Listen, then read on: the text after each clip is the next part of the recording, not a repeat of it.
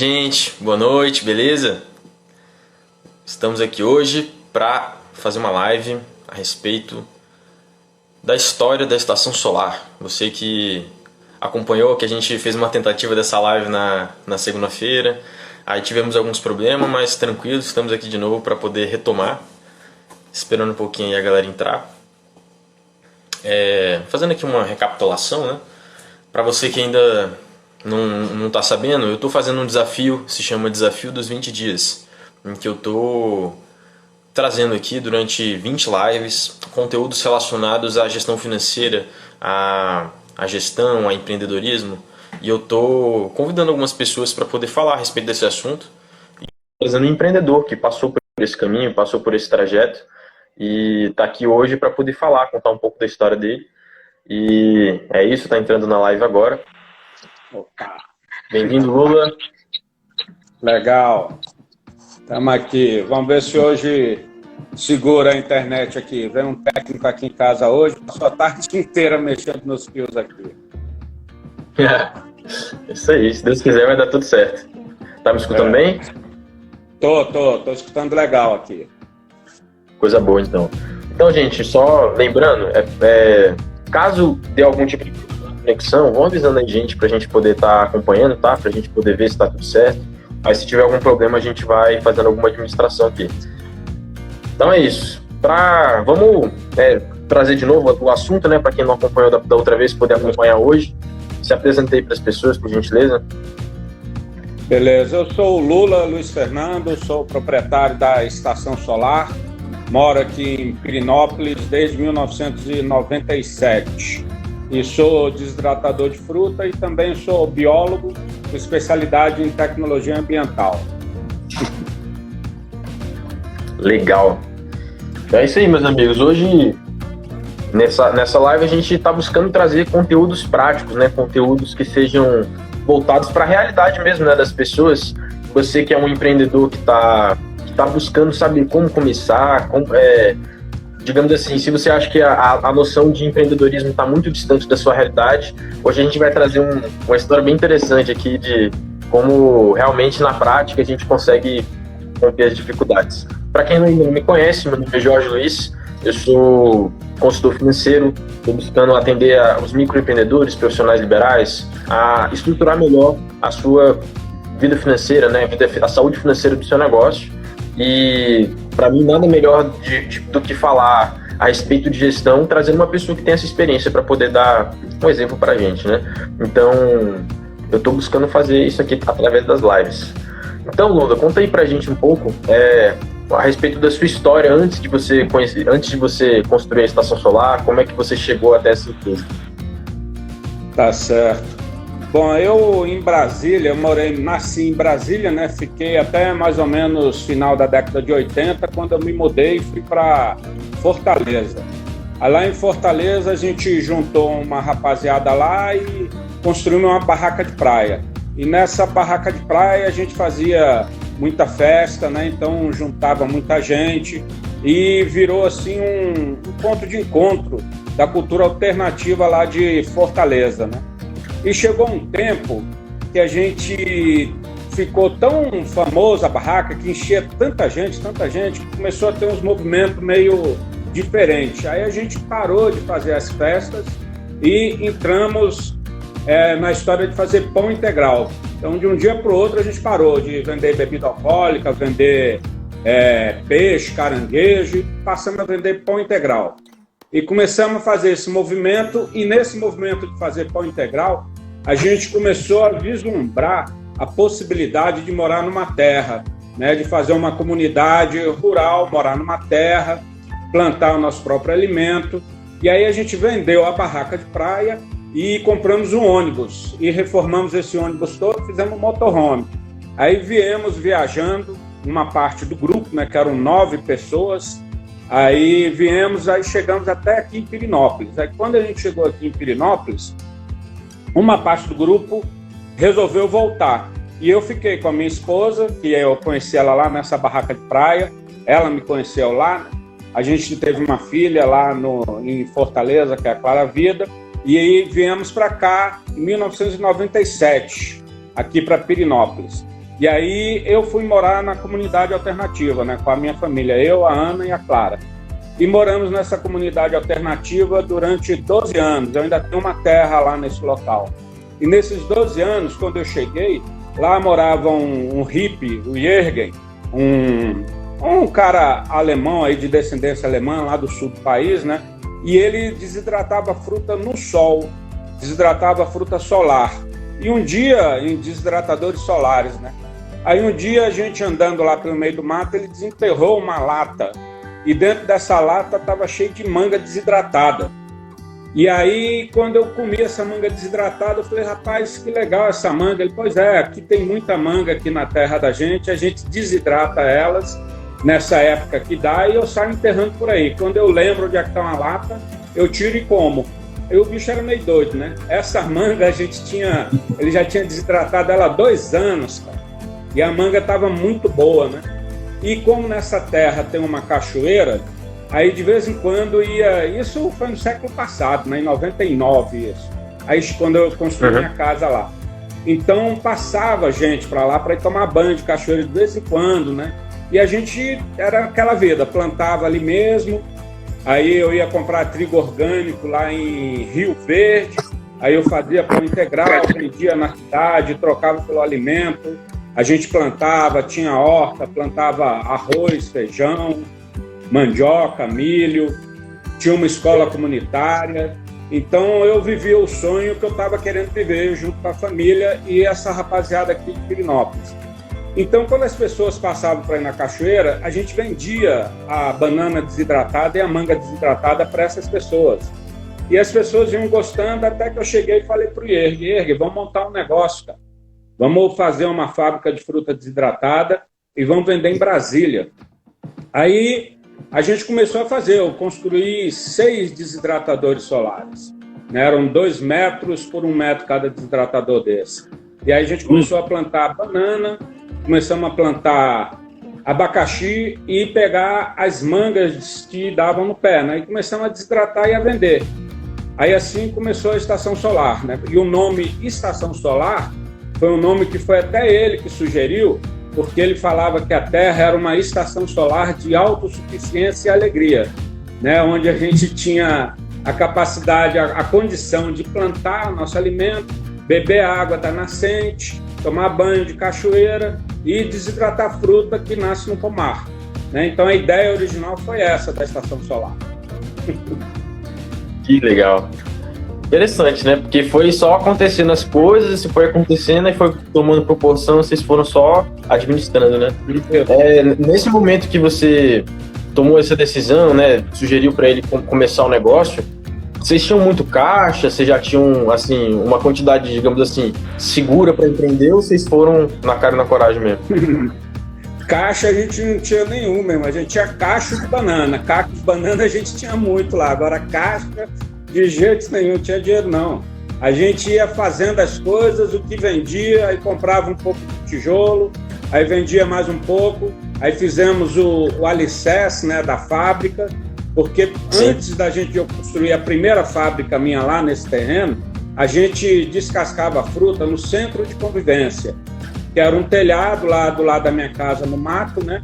E a gente descascava as frutas lá, botava na bacia, a bacia botava na cabeça, andava mais ou menos uns 200 metros até chegar onde estavam os desidratadores, né? E lá a gente colocava as frutas. Então a estrutura era super precária mesmo, bem no início. Aí depois, quando eu comecei a construir a fábrica, a primeira fábrica, ela tinha cerca de 25 metros quadrados. Aí, quando chegou no alicerce, o Jürgen saiu fora da sociedade. Ele falou que eu estava ficando muito careta, querendo empreender, né? E ele queria ficar mais na história alternativa, né? E eu estava querendo profissionalizar. Aí ele falou, não, Lula, toca o barco aí sozinho, que eu não vou seguir essa não, porque vai ter que usar touca. Era todo mundo cabeludo, barbudão, a barba dele... até depois do peito assim, eu não vou tirar minha barba, não vou usar touca, então segue você aí que eu não vou ficar nessa não. Eu falei, então tá bom. Aí eu consegui construir a fábrica, tive um auxílio financeiro do meu pai, né, que ele Sim. me emprestou um dinheiro, eu construí a fábrica e aí tive que colocar energia elétrica, porque na época lá não tinha energia elétrica, né? A gente morava mesmo no meio do mato mesmo, então não tinha nem energia elétrica, nem fogão a gás, nem geladeira, não tinha nada disso. Era tudo na lenha mesmo e tocando a vida. Aí a gente teve que colocar energia elétrica, então isso aí foi o primeiro Obstáculo, né?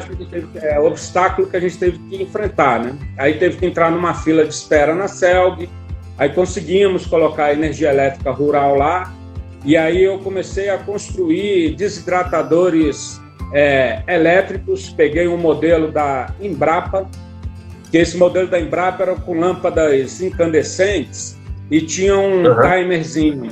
Eram 12 lâmpadas e faziam um triângulo as lâmpadas assim. E tinha um timer. Aí eu fiz 4 desidratadores de madeira. Aí as lâmpadas queimavam muito. Então eu troquei essas lâmpadas e coloquei resistência. Aí comecei a desidratar fruta em secadores de madeira com resistência e também os solares, né? E é interessante que o gosto de fruta desidratada no sol é diferente da fruta desidratada em energia elétrica ou gás, né? Porque no sol, quando chega de noite, corta a desidratação, né? Que esfria, aí no outro dia reinicia o processo, né? Então, o abacaxi para desidratar no sol demorava em torno de 2 dias, banana em torno de 3 dias. Então, isso aí para produtividade era um outro obstáculo, né? Porque eu queria ter uma produção para Brasília para vender e demorava muito. E quando começava a chover, não tinha condições de desidratar. Então, na época da chuva, eu não tinha essa fonte de renda que era desidratação. Por isso que a gente foi atrás da energia elétrica, né? Aí entrou toda aquela história de vai caretear a comunidade, vai botar energia elétrica, mas aí a gente passou os fios por debaixo da terra, não derrubamos árvore, fiz todo o esquema bem legalzinho para não ter o impacto na natureza, né? De poste passando, fio passando. Aí eu construí essa fábrica de 25 metros quadrados. E aí comecei a vender mais fruta, começamos a entrar mais no mercado de Brasília, né? Aí daí eu já passei por uma outra fase, que foi os desidratadores da Pardal, que é uma indústria que tem, que faz desidratadores de fruta, que não é uma coisa muito industrial, mas também não é uma coisa muito caseira, né? Aí eu comecei a desidratar com esses equipamentos. E aí chegou um tempo que botaram fogo na minha fábrica, eu perdi tudo de novo. Perdi quase de mercadoria, de equipamento, mais de 100 mil reais, meu irmão, naquela época lá, de produção. Aí foi uma situação difícil pra caramba. E aí a minha companheira, Ana Carolina, chegou para mim e falou assim: olha, você perdeu a fábrica, mas os seus clientes estão todos aí em Brasília. Então, calma que você vai se relevantar aí, vai se reerguer, né? E aí, com 2 semanas, eu já estava desidratando fruta de novo, mas só que lá no Ecocentro IPEC, que é o ecocentro que tem aqui, que me emprestou a cozinha dele para eu poder reiniciar a minha história. Porque com esse prejuízo de 100 mil reais, né, foi um baque danado. Mas a solidariedade do brasileiro é muito interessante, cara, porque quando eu fui nos meus fornecedores de fruta, comprar fruta, e expliquei que a fábrica tinha pegado fogo, que eu não tinha capital nenhum, que eu ia reiniciar tudo do zero, todos eles me deram as mercadorias de graça. Eu recebi 500 abacaxi de um, recebi 10 caixas de maçã de outro, recebi 10 caixas de manga de outro, 10 caixas de banana do outro, e me deram de presente. E aí eu comecei a trabalhar tudo de novo. E fiquei no Ecocentro IPEC cerca de 2 anos, até que chegou uma pessoa lá, e aí era bem menor, né? Na cozinha que o IPEC me emprestou lá, eram 4 desidratadores, eu e o Márcio, que é um funcionário que está comigo desde os inícios, né? Esse funcionário está comigo tem quase 12 anos aí que ele me acompanha. E aí, rapaz, chegou um dia que chegou um cabeludo lá querendo comprar 500 quilos de abacaxi. Aí eu falei para ele: rapaz, você tem noção de que são 500 quilos de abacaxi desidratado? Porque para cada quilo de abacaxi desidratado é muita coisa, né? eu tenho que desidratar 5.000 quilos de abacaxi para ter 500 quilos de abacaxi. Aí, um caminhão desses inteiro, cabem 8.000 abacaxis, então era mais da metade de um caminhão que eu tinha que desidratar, né? E eu não tinha a menor condição de desidratar isso. E esse cara, ele é dono de uma das maiores empresas de desidratar fruta do Brasil, que é a Banana Brasil. E ele chegou e falou, não, eu vim aqui conversar contigo porque o seu abacaxi é o melhor que tem. Eu não consigo desidratar abacaxi desse jeito. E eu fiquei sabendo que sua fábrica pegou fogo e eu quero lhe dar uma força aí. Então você vai lá na minha casa, lá em Xereder, no Rio, lá em Santa Catarina, e eu vou te mostrar o que é uma fábrica de fruta desidratada de verdade, grande, e vou lhe auxiliar a se reerguer aí. Aí o cara, meu irmão, foi um anjo que bateu na minha porta. Aí eu fui lá, ele me pegou no aeroporto, me levou para casa dele, sem nem me conhecer, hein, cara? Me levou para casa dele, me mostrou a fábrica dele. Esse cara tem quase 300 funcionários, né? Me mostrou a fábrica dele todinha e virou um grande parceiro comercial meu. Foi ele que me auxiliou a me reerguer. Então, quando pessoas chegam para mim e pedem um auxílio, né, querendo saber como é que faz as coisas, eu auxilio. Porque eu fui auxiliado. Eu fui auxiliado.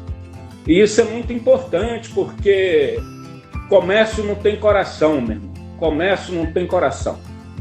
E a gente não pode ficar tão frio do jeito que o mundo está, né? O mundo está muito... As pessoas estão muito coração duro.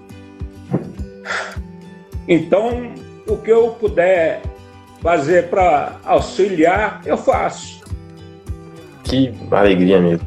Interessante, né? Porque esse amigo que te auxiliou, ele não te enxergou como um concorrente, né? Ele poderia ter te falado assim, rapaz, seu abacaxi é muito bom, você tá precisando de dinheiro, eu vou comprar a tua empresa aqui para você sair do mercado. Ele podia ter falado isso, né? Mas não, ele te deu um suporte para você se reerguer, realmente. Ele me deu todo esse suporte, cara. E é interessante que a gente virou amigo mesmo. Até hoje mesmo. Até hoje a gente se fala. Já fui na casa dele 2, 3 vezes, ele já veio aqui. E é um cara que tem assim, uma condição muito superior à minha financeira, né? Eu tenho 7 funcionários, ele tem 300, né? E não esqueceu, porque ele também teve um início de vida pauleira. Sim. Ele começou a desidratar fruta com o armário da casa dele. Então ele sabe como é que é o processo de a pessoa começar do zero e ir crescendo e se desenvolvendo para fazer as coisas. Eu vejo que o empreendedorismo tem que vir de dentro da pessoa. Que às vezes a pessoa chega assim e fala, eu vou montar um negócio tal porque dá um lucro fenomenal, é muita grana, então eu vou montar esse negócio. Aí ele monta com uma visão de ganhar dinheiro, mas não com uma visão de querer fazer alguma coisa que ele goste. Não com uma visão de que eu vou fazer um trabalho aqui que vai auxiliar as pessoas, um alimento de qualidade. Não, eu vou ganhar grana. Aí o caminho, quando a pessoa entra nessa de simplesmente ganhar dinheiro, fica complicado.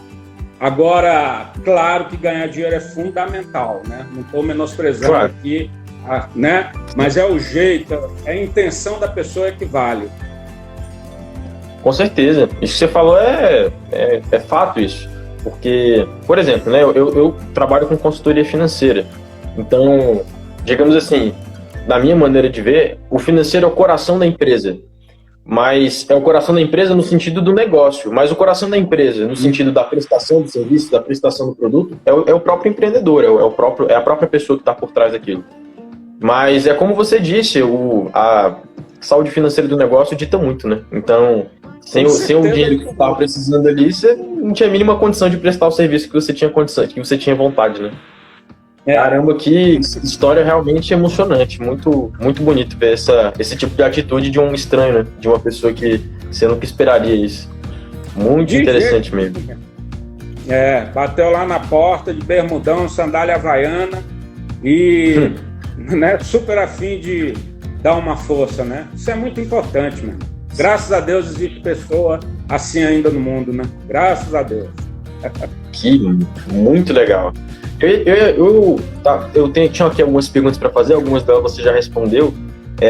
Além dessa resistência, né, que você falou lá da comunidade alternativa, que falou para você levar energia elétrica, seu próprio sócio na época teve algumas resistências, né, para poder profissionalizar o negócio. Uhum. Conta aí um pouco mais a respeito das dificuldades mais técnicas, profissionais mesmo, que você teve para poder, digamos assim, escalonar o seu negócio.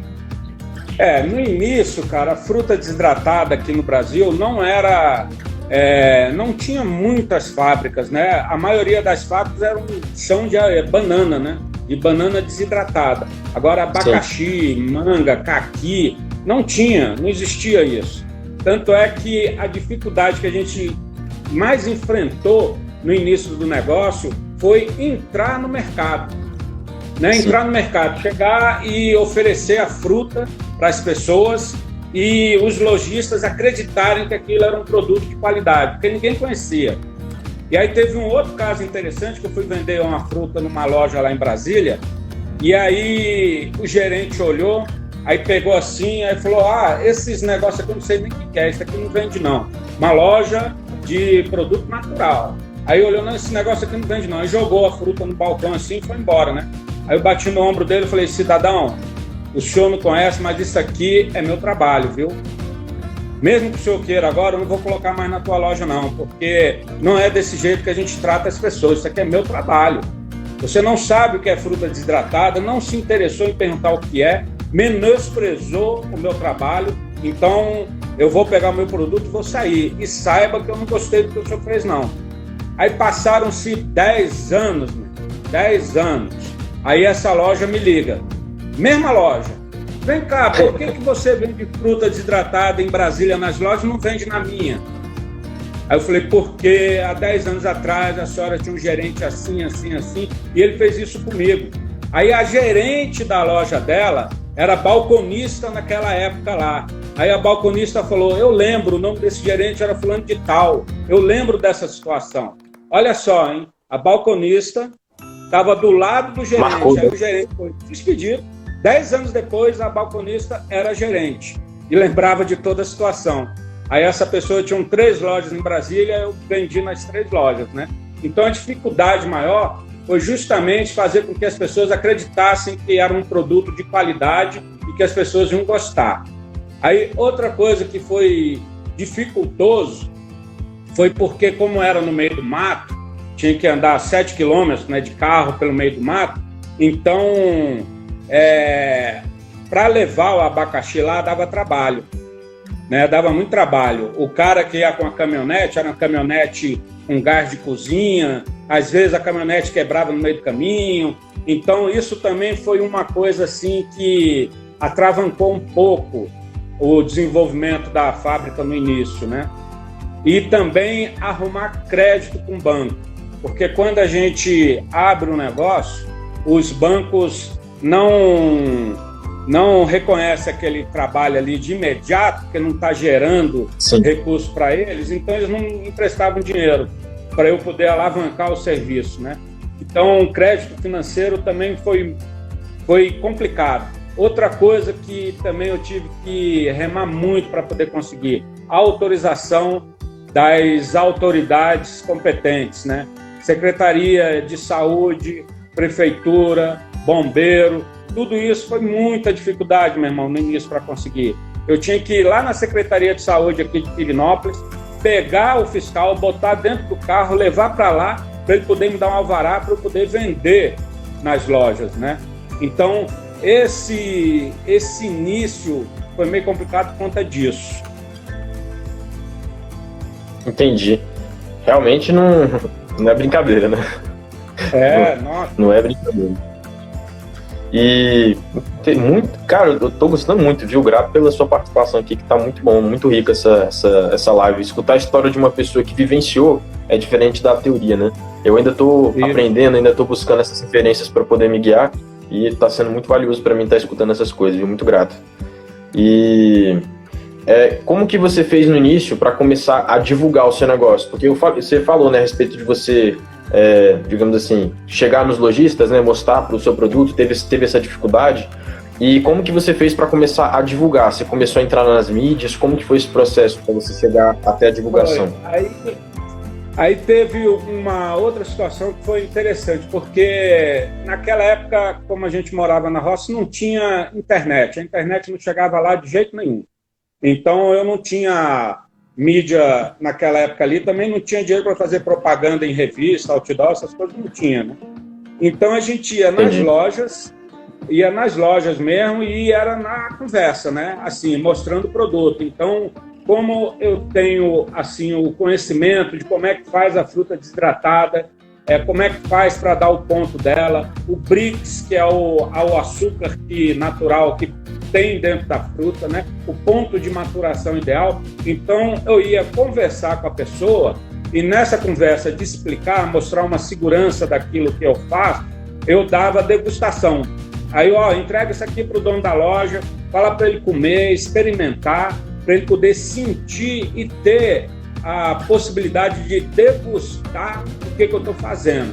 Porque aí, quando a pessoa prova a fruta desidratada, aí ela muda de opinião. Hoje a coisa está muito mais fácil, né? Na feira lá de Brasília, todo mundo vende fruta desidratada, você entra no Google, todo mundo está fazendo fruta desidratada, mas isso no século passado não era desse jeito, não, era difícil. Então a pessoa tinha que comer, experimentar, então a divulgação foi muito assim. E eu contei com o auxílio de 2 donos de restaurante lá em Brasília que foram fundamentais para mim, né? Um foi o Natureto, o Tobias.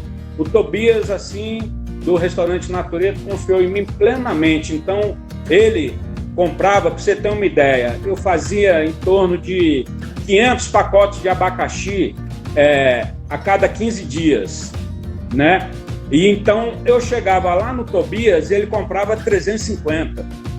Então ele falou, Lula, eu acredito no seu trabalho aqui, então eu vou comprar 350 pacotes aqui e vou botar para vender isso aqui do lado do caixa dos meus restaurantes.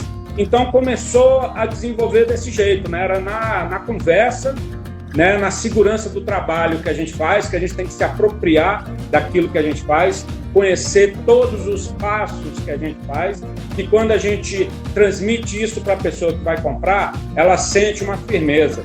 Então foi desse jeito que eu comecei, o início foi esse. Aí depois que eu saí lá do Vale Dourado, que a fábrica pegou fogo, eu fui para o IPEC, aí eu consegui um financiamento do BNDES. Eu tirei um cartão do BNDES, aí eu construí a minha fábrica hoje, ela tem 250 metros quadrados. Você foi lá, né? Você visitou ela. Fui lá, já acabado de concluir a construção dela. Aí eu fiz com aquele material da Isoeste que não pega fogo, né? Então hoje, se o cidadão quiser ir lá tacar fogo, ele vai conseguir, né? Uma dificuldade, né? Aí eu fiz essa fábrica com Isoeste e através do cartão do BNDES, né? Aí começou a melhorar a situação. Aí teve uma feira que é a Naturaltech, que foi o início da Naturaltech também, né? Hoje a Naturaltech é a maior feira de produtos naturais da América Latina, né? Fica lá em São Paulo. Então, no início também, eu recebi um convite deles, porque alguém de uma farmácia, que até hoje eu não sei quem foi lá nessa Naturaltech e não viu a estação solar lá. Aí chegou para a organizadora, falou assim, lá em Pirinópolis tem uma fábrica de fruta desidratada que é muito boa, vocês têm que trazer ele para essa feira aqui. Aí eu recebi um convite para ir para essa feira. Aí eu fui, fiz essa feira, e essa feira foi fundamental para a gente poder alavancar a produção, né? Então, legal. Eu comecei a desidratar, eu desidratava 500, 600 abacaxis, aí comecei a desidratar 3.000, 4.000, 5.000, 10.000 abacaxis, né, no mês. Então a produção foi escalonando, né? Mas, assim, isso tudo desde 1999 até agora, né? Então, foram alguns anos caminhando aí até chegar onde eu estou hoje, né? Nossa, que legal. E como é que foi para você começar a exportar de Brasília? Porque eu sei que hoje você já manda para outros lugares, né? Como que foi para você começar a exportar? Assim, para os outros estados foi através dessa feira Naturaltech. Aí as indústrias iam, eu tinha lá um espaço de 1,5 quadrado, mais ou menos. Nessa época, meu irmão era meu sócio. Hoje ele não está mais como sócio, né? Mas nessa época, eu chamei meu irmão, que era administrador, porque uma coisa importante aqui, ó, uma vírgula, né? É super importante um administrador dentro da empresa, porque eu sou muito mais ligado à produção, né? Eu sou muito mais, assim, emotivo dentro da fábrica, e o administrador tem que ser mais racional, né? Tem que ser uma pessoa mais pé no chão, né? Uma pessoa assim que chega, não dá pra gente fazer isso, ponto final. Eu sou assim, não, quem sabe vai dar, vai aparecer aí uma luz aí, que vai clarear e a gente vai conseguir, né? Eu sou otimista, né? Exatamente. Então, nessa época, meu irmão veio me dar uma força aqui na fábrica. Então, foi eu e ele para lá, e nesse stand, as pessoas passavam e a gente com degustação, né? Degustando. Então, algumas indústrias no Brasil conheceram a gente, e aí fecharam o negócio. E aí tem que ter um pouco de ousadia, porque assim, você tem condições de produzir tantos quilos de abacaxi em tantos dias? Tenho. Mas só que quando eu cheguei aqui, eu tive que comprar equipamento novo para poder honrar aquilo que eu falei. Porque se eu tivesse falado lá, não, meu irmão, agora não vai dar, só daqui a um ano, aí eu perdi a oportunidade, né? Então eu falei, tenho condições sim. Aí cheguei aqui e consegui comprar os equipamentos de novo, peguei um FCO do Banco do Brasil, né? O FCO do Banco do Brasil, eu comprei um desidratador todo automatizado, que foi um pulo na minha produção. E engraçado, assim, cara, pra você ver como são as coisas, esse desidratador eu comprei de um japonês. O japonês, eu entrei em contato com ele, e aí um japonês de 70 e tantos anos, ele construiu 8 desidratadores só. Aí por que ele construiu esses desidratadores? Porque ele levou um tombo de um sócio, aí perdeu 250 mil reais. E quando ele entrou em contato comigo, foi quando a fábrica pegou fogo. Aí ele falou assim, Lula, é o seguinte, eu vou lhe ajudar, porque me ajudaram. E eu construí esses desidratadores para poder me reerguer. O desidratador custa 80 mil reais. Eu vou lhe vender ele por 60 mil reais. Tirou 20 mil. Aí eu falei para ele, cara, eu não tenho dinheiro, que minha fábrica pegou fogo, eu vou ter que me reerguer, então você guarda um desidratador desse para mim? Aí ele guarda.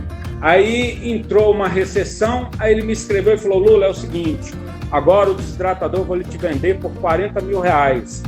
50% do valor que eu estava fazendo, esse desidratador é seu. Vou mandar ele para você aí. Quando você tiver dinheiro, você me paga. Eu falei, não, peraí.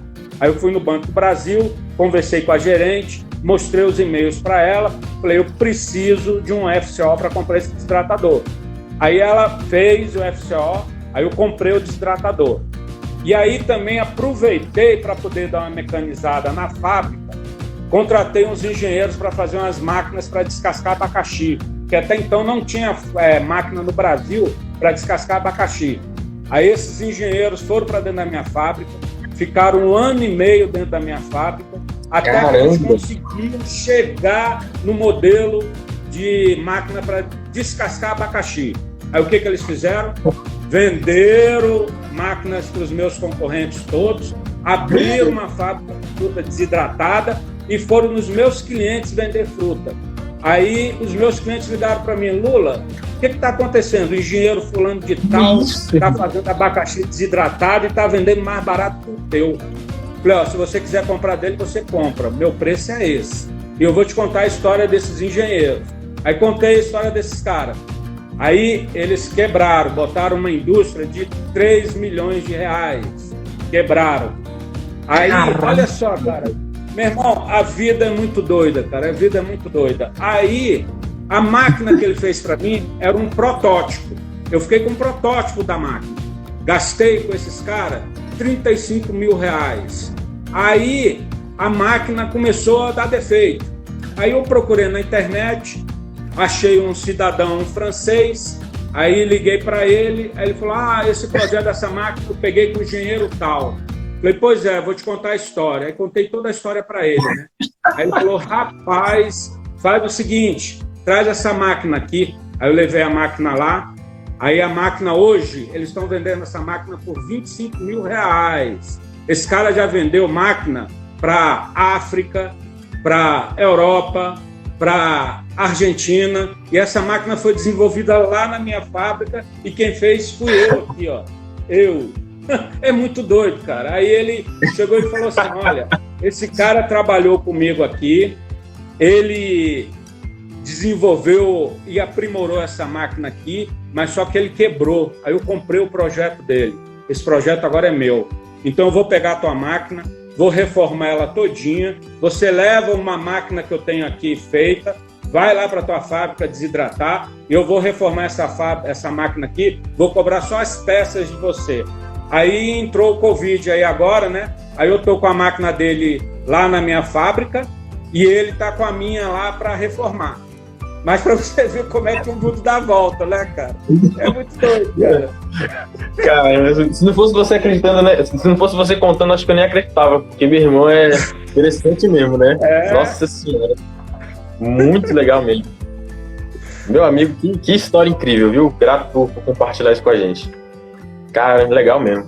E falando agora, assim, né, nesse momento um pouco mais alegre, né, da história, conta pra mim, assim, as coisas que você mais acha valoroso nesse caminho de empreender, as coisas que você... as boas coisas que o empreendedorismo trouxe pra sua vida. Cara, assim, ser empreendedor no país tem um lado bom, mas tem um lado também que é muito dificultoso, cara, porque os impostos são muito caros, né? O governo é sócio, seu majoritário, né? Os impostos levam uma grande quantidade de dinheiro nossa que poderia ser reinvestida. Agora, ser empreendedor no país tem um lado bom, porque a gente trabalha para nós mesmos, né? A gente faz uma relação, uma coisa importante isso aqui, fazer uma relação com os funcionários de amizade, né? Eu passei muito sufoco com funcionário, mas hoje, graças a Deus, eu tenho uma equipe que me acompanha há alguns anos, são pessoas de ponta, que eu confio. Então eu chego para eles e falo assim, precisa desidratar tantos quilos de abacaxi. Aí eles tocam lá a produção. Eu confio plenamente, eu não sou aquele patrão que eu fico lá, olha, já tem aqui, você tem que me entregar 300 quilos de abacaxi pronto amanhã. A gente faz a conversa junta, né? Então, eu vejo que o empreendedorismo, o que trouxe para a minha vida? Pelas experiências de vida que eu tive dentro da fábrica, ser mais humano, saber que as pessoas precisam de auxiliar um ao outro, ter compromisso social, de não querer explorar o próximo, né? Porque tem muito patrão aí que não é brincadeira, meu irmão, explora mesmo. Então, esse compromisso social é importante. Ser claro com os negócios, porque quando a gente é claro com os negócios, a gente é claro com a nossa vida também. Então, aquilo que eu acredito de bom para mim, eu quero colocar no meu produto, na minha empresa, nas minhas relações. Então, tudo isso facilita. E isso eu aprendi com esse tempo todo de desidratar fruta, né? É igual o simbolismo que existe no abacaxi. Aí a gente olha para o abacaxi tem uma coroa, tem a casca grossa e por dentro ele tem doce. Então, a gente tem que ter uma coroa na nossa cabeça para a gente poder ter a condição de ter clareza daquilo que a gente quer. Tem que ter a casca grossa, porque a vida não é brincadeira não, meu irmão. De vez em quando a gente toma umas cacetadas, mas a gente não pode perder a nossa ternura interna, porque senão fica muito sem graça.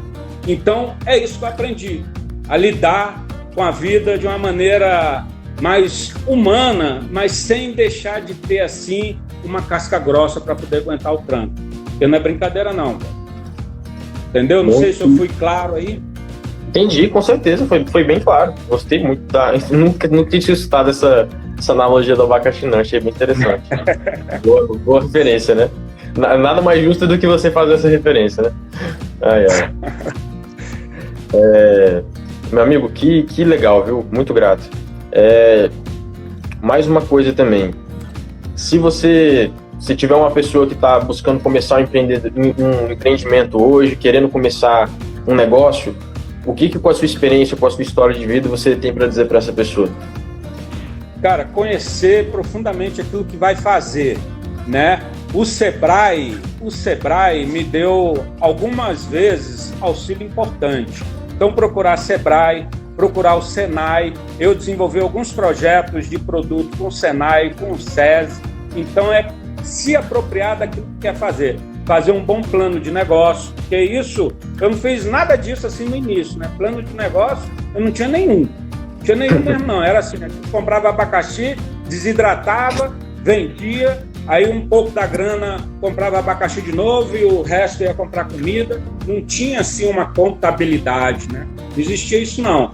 Mas é fundamental a pessoa que vai iniciar um negócio ter um bom plano de negócio. Aí tem um livro que é... rapaz, deixa eu ver se eu lembro o nome desse livro.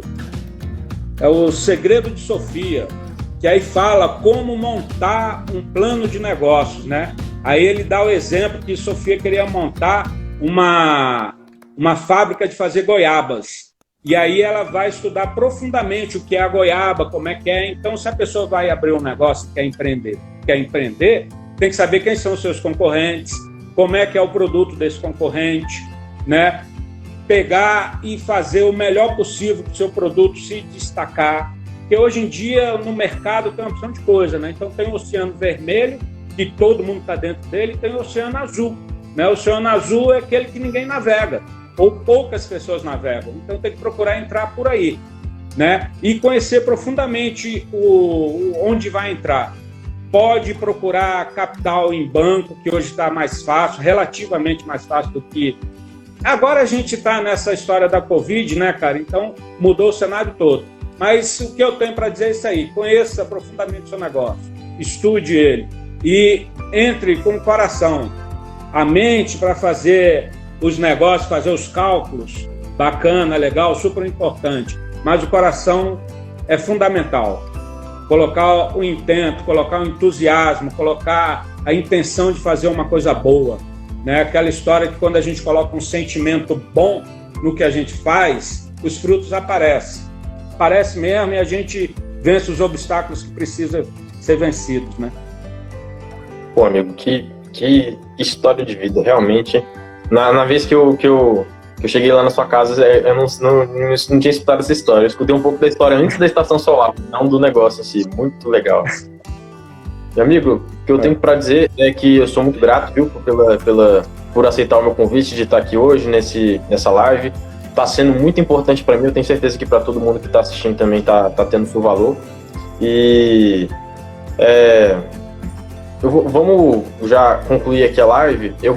Para mim não conhece, eu vou me apresentar. Meu nome é Jorge Luiz, eu sou consultor financeiro, eu tô empreendendo nessa área de consultoria financeira voltada aos microempreendedores, aos profissionais liberais que estão querendo estruturar essa primeira fase, né, que ele contou aí a respeito das dificuldades que ele teve com essa parte financeira no início. E é importante fazer essa primeira estruturação de uma maneira mais sólida, como ele mesmo estava falando, esse plano de negócio e tudo. Então, eu estou buscando também trazer um conteúdo aqui para minha página. Então, você que ainda não conhece, segue a página, que eu estou buscando trazer pessoas para contar a respeito desse tipo de história de vida, trazer também alguma contribuição. E a galera tá pedindo pra gente não concluir. Gente, se vocês tiverem alguma pergunta, eu posso esperar tranquilo, a gente ainda tem tempo ainda, só vai fechar mesmo oficialmente às 20h20. Se tiverem alguma pergunta, pode ir mandando aí que a gente vai fazendo o possível para atender. Então, nessa primeira fase do negócio, é de vital importância esse auxílio, como ele falou que ele teve auxílio do irmão dele no início para fazer essa parte administrativa. Então, se você tem interesse de aprender mais a respeito disso, como eu estou buscando aprender e também compartilhar o que eu tenho aprendido, segue a página que eu estou buscando trazer mais pessoas para poder trazer esse conteúdo comigo. Hoje eu estou trazendo aqui o Lula, amanhã a gente vai fazer uma live a respeito de posicionamento no mercado, com a Olivia Paranaíba. Quem já conhece sabe que ela também tem uma história de vida interessante. E Lula, fala um pouquinho a respeito do seu negócio hoje, como é que ele está estruturado, onde é que você está atendendo.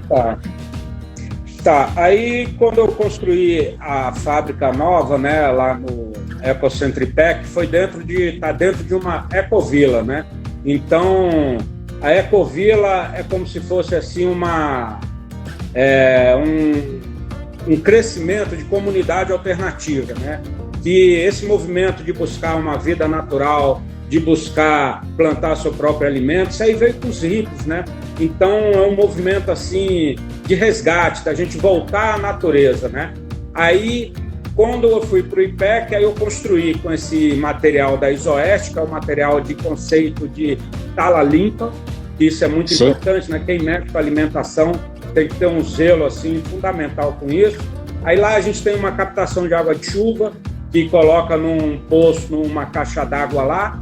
A gente tem nos nossos sanitários que sai da fábrica, os dejetos, né, os efluentes vão para uma fossa de evapotranspiração, né, que não polui o lençol freático, e a gente planta bananeira em cima desse local, que não passa para a banana, né, micro-organismo nenhum, é uma forma de proteger a natureza, né? E os próximos passos da estação solar, agora, depois dessa Covid aí, esperar, porque minha fábrica está fechada tem 40 dias, né? Porque as indústrias que eu vendia, elas fecharam, as lojas de parque shop, como é que chama isso? Shopping center também estão fechadas, né? Eu tenho um cliente que eu vendo para ele uma grande quantidade de fruta desidratada, 95% das lojas dele estão fechadas, a pessoa tem mais de 100 lojas pelo país, né? Então deu um baque assim medonho, e a gente está esperando que o governo federal possa liberar capital de giro a juros baixos para a gente poder se reerguer. Isso não está acontecendo só comigo, né? Está acontecendo no país inteiro. Hoje mesmo eu liguei para uma fábrica para ver se eles iam voltar a comprar fruta. Aí eles falam, essa fábrica tem 300 funcionários. Falou, Lula, é o seguinte, a gente ficou maio todo fechado, a gente vai abrir em junho. Foi férias coletivas aqui para todo mundo. Mas a gente vai voltar a negociar, mas a gente não sabe como, né? Então o futuro da estação solar vai depender muito do que vai acontecer com o país, né? E com o governo, que a gente vai precisar de capital de giro. Então é mais uma dificuldade que a gente vai ter que vencer. Mais uma dificuldade, mas eu estou confiante porque se eu não estiver confiante, o que a gente vai fazer, né? Tem que ter confiança. E quem vai então estar, eu né? confio, estou aguardando aí o posicionamento do governo.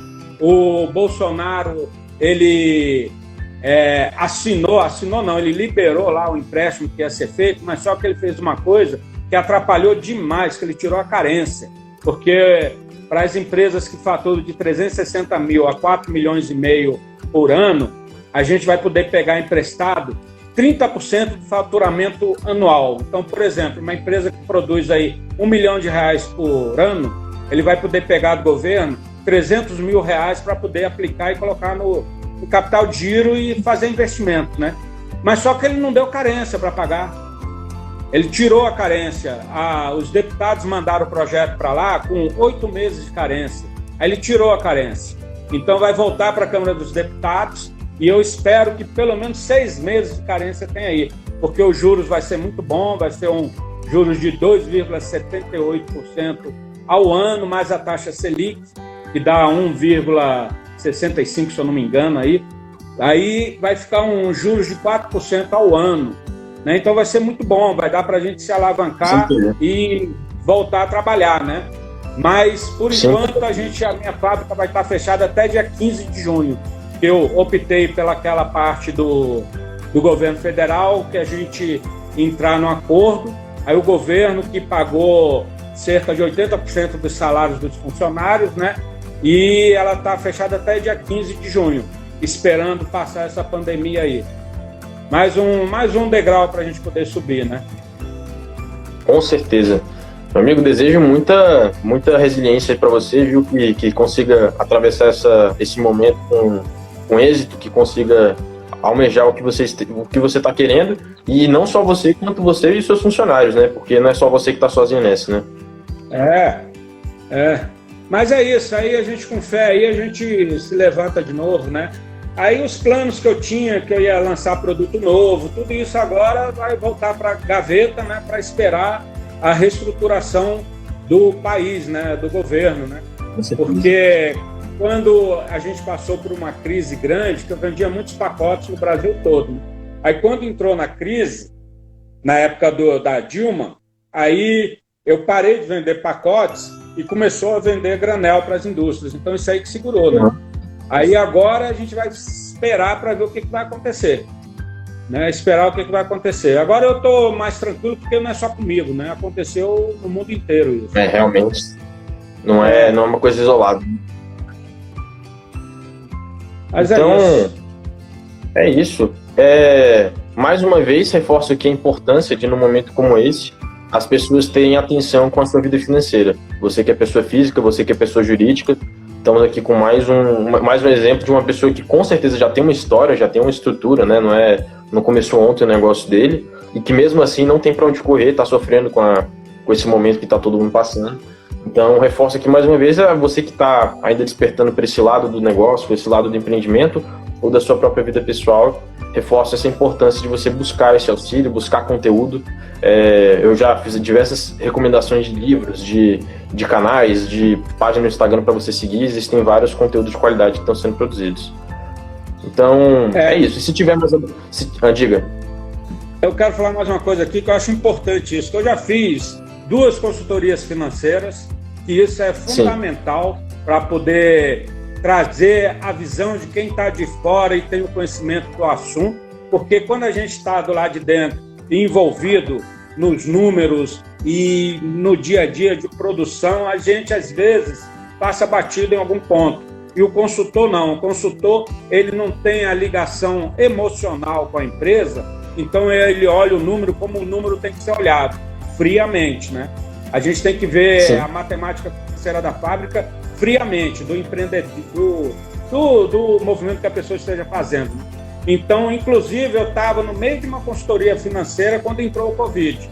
Eu estava justamente fazendo planos para poder pegar um investimento de capital giro e criar novos produtos, né? Aí quando entrou esse Covid, aí a consultoria está suspensa, né?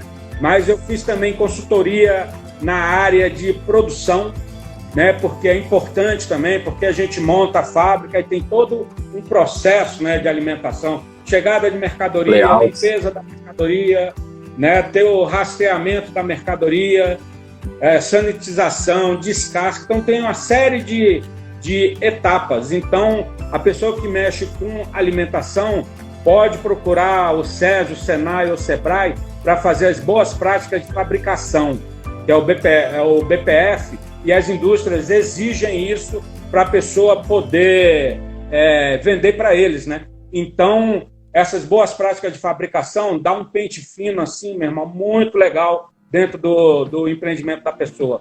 Que eles vão e fazem assim, bota a lupa mesmo em cima da fábrica e a gente vê o tanto de coisa que a gente tem para melhorar. Então, uma das coisas que a gente precisa ter é saber que a gente não é dono da verdade. Que por mais que o cara esteja anos e anos dentro do mercado, existe sempre uma pessoa que sabe mais do que você. E quando você chama uma pessoa que sabe mais ou que tem um ponto de vista diferente, facilita a situação. Aí tem tempo de eu citar um exemplo aqui ainda? A gente tem mais uns 7 minutinhos ainda, dá tranquilo. Então eu vou dizer rápido um exemplo aqui. Lá nessa fábrica que eu fui visitar lá em Schroeder, né? O cara comprou uma máquina de fazer barra de cereal. A máquina dele faz 650 barras por minuto, né? Então é um negócio gigantesco, né? E a máquina custa 300 e tantos mil reais, é um monstro lá. Aí estava com um problema, porque estava indo embalagem vazia dentro das caixas. E quando chegava no mercado, abria a caixa lá das barrinhas, aí tinha 2, 3 barrinhas vazias, né? Só com a embalagem. Aí ele chamou o engenheiro que fez a máquina, o engenheiro não sabia resolver a situação. Aí o dono da empresa estava comigo no dia lá, aí falou: Lula, o que eu fiz para resolver essa máquina aqui? Essa máquina aqui custa muita grana. Aí eu peguei, chamei o engenheiro não sabia o que fazer, aí eu peguei um motorzinho de pressão pequeno, de aquário, que sopra um vento, que esse vento empurra a embalagem vazia, mas não empurra a embalagem com a barra de cereal dentro. Então eu adaptei a máquina do cara que custa milhares de reais e gastei 300 conto para fazer o negócio. Entendeu? Então a gente tem que ter percepção também. Procurar maneiras alternativas de consertar algum rombo que esteja acontecendo. Isso também é importante, né? A gente ter uma presença de espírito no nosso negócio para poder solucionar. É isso aí. É o simples, né? Simples é fundamental, né? Muito legal. Meu amigo, mais uma vez quero ser grato, tá? Muito grato mesmo pela sua disposição de estar aqui nessa quarta-feira de coronavírus, e a gente está aqui falando de empreendedorismo, falando de movimento, de crescimento. Para mim é fundamental alimentar o conteúdo na minha mente de coisas positivas, coisas que me trazem para frente, né? Me trazem para o crescimento. Então, eu imagino que eu falo por todo mundo que está acompanhando aqui essa live, que está sendo de grande qualidade, que está trazendo muitos ensinamentos bons para mim, e acredito que para todo mundo que está vendo. Então é isso, quero externar minha gratidão, viu? Valeu mesmo pela sua... superou muito as minhas expectativas dessa live. Realmente eu não imaginava que você tinha tanta história de vida boa, assim, que mostra uma estrutura mesmo, né, para poder levantar um negócio. Então é isso, muito grato. Legal. Você que tá querendo procurar o Lula, fala aí em que canais ele pode te encontrar, site, página.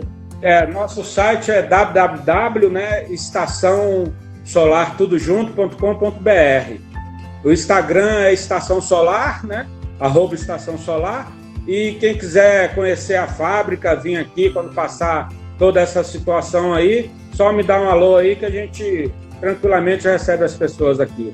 Viu? Grato aí pela participação de vocês e confie na força de vontade, confie no entusiasmo, porque essa palavra entusiasmo, ela vem do grego e significa Deus dentro de si.